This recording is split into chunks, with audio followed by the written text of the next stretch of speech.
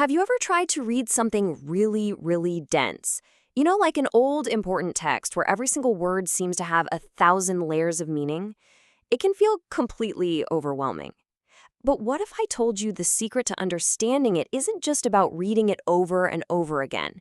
What if there's a totally different approach? I mean, really think about it. How on earth do you go about memorizing legal rulings that were written down more than 1,400 years ago? It's a huge challenge, but the solution is actually way more creative and visual than you might think. Okay, so here's the big idea. You can't just jump straight to memorizing. That's like trying to build a house without a blueprint. No, first you have to truly understand it. And the best way to do that? You deconstruct it. You draw a map. It's all about seeing the hidden structure, the connections, the logic holding the whole thing together. And hey, this isn't just some vague concept. There's a really clear 4-step method to building this map, a system for turning a seriously complex passage into something that actually makes sense. So here they are, the 4 steps. First step, you figure out the main topic. Simple enough. Second, you pull out the key commands or rules, the real action items. Third, and this is cool, you hunt for the words or themes that link different parts together. And finally, you look closely at how each section wraps up to understand its deeper purpose. Let's see how this works in the real world. All right, our first case study is going to be the Quranic verses on the law of retaliation, or al-Qasas. Now, this is a perfect example of a dense legal text that really needs this kind of careful unpacking to be fully understood. So the first thing that just jumps right off our map is the core principle, equivalence. The text is super clear about this. It says, the free for the free, the slave for the slave, the female for the female. This lays down a really clear foundational rule for justice. But as you might guess, that's not the whole story. And this is where it gets really fascinating. The law isn't just this rigid, absolute thing.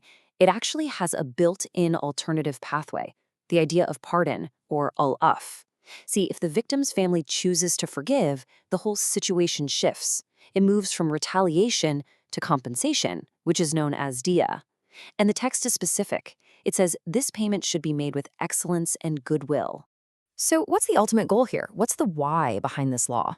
Well, the text tells us directly. It says that in this law of retaliation, there is paradoxically life. By setting up a clear and just consequence, it actually discourages violence and preserves the life of the whole community. It's a pretty profound concept when you stop and think about it. Now, just look at this number, just the number 2. What in the world could this possibly mean? Well, it's actually a brilliant little breadcrumb, a structural clue, that our mind mapping technique is designed to help us spot. And this perfectly shows that third step, connecting the verses. You see, the phrase, "it is prescribed for you," shows up right at the beginning of the verses on retaliation, and then boom, it shows up again at the start of the very next legal topic. It's literally a linguistic bridge, signaling that these two subjects are meant to be understood together. So let's go ahead and cross that bridge. Following that connector phrase takes us right into our second application, the rules of bequest, or al-wasiyah. This is all about the instructions a person leaves behind for their wealth after they pass away. Okay, so if we apply our mapping technique here, we can quickly pull out the main conditions. A bequest is for someone who feels death is near, and only if they're leaving behind a good amount of wealth. The text mentions parents and relatives as the main people to consider, and it absolutely has to be done fairly. And get this, it's framed not just as a legal thing, but as a duty upon the righteous. And this, right here, is where that fourth step, analyze the ending, becomes so incredibly powerful. The text gives us 2 different scenarios. In one, if someone unfairly changes the will, the verse ends with a warning that God is all-hearing, all-knowing. But in the other, if someone steps in to correct an unfair will, the verse ends with reassurance. God is all-forgiving, most merciful. You see? The ending of each verse is perfectly tailored to the action being described. It's amazing. So you've done the work. You've built this incredibly detailed mental map. You get the structure, you get the rules, you get the purpose. But how do you make it all stick? Well, that brings us right back to memorization and the final piece of this whole puzzle, repetition. But wait. It's not what you think. It's not just mindless chanting. It's informed repetition. Because now, with this mental map as your guide, you're not just memorizing a bunch of random words. You're rehearsing a logical story that you already understand, inside and out. It makes the act of remembering so much more meaningful and way more effective. And here's the most important point of all. while we've been looking at these 1400-year-old legal texts, the method itself, it's totally timeless. It's universal. This isn't just about studying ancient scriptures, it's really about cognitive science and how our brains are wired to learn. So here it is. This is your takeaway toolkit, and you can apply this to absolutely anything you want to learn. First, deconstruct it.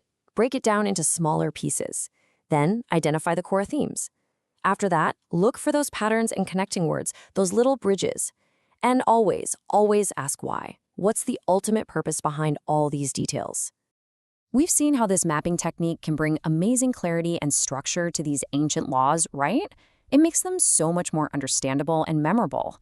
And it really leaves me wondering, what other complex ideas, whether they're ancient or modern, are just sitting out there waiting to be unlocked if only we drew the right map?